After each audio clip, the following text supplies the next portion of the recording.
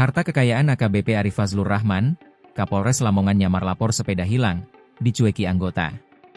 Mengintip harta kekayaan AKBP Arif Fazlur Rahman yang menjabat sebagai Kapolres Lamongan tengah viral di media sosial. AKBP Arif Fazlur Rahman sempat membagikan pengalaman saat menyamar jadi warga biasa lalu melapor kehilangan sepeda di kantor polisi malah dicueki oknum petugas yang berjaga. Usai kejadian, AKBP Arif mendatangi Polsek untuk melaporkan kasus tersebut yang terjadi 6 tahun lalu. AKBP Arif berharap tidak ada lagi oknum-oknum polisi yang mengabaikan laporan dari masyarakat. Diketahui, AKBP Arif Fazlur Rahman adalah sosok polisi yang unik sekaligus inspiratif. Berdasarkan dokumen laporan harta kekayaan penyelenggara negara, LHKPN, Arif terakhir melaporkan harta kekayaannya pada 27 Januari 2026 periodik 2025.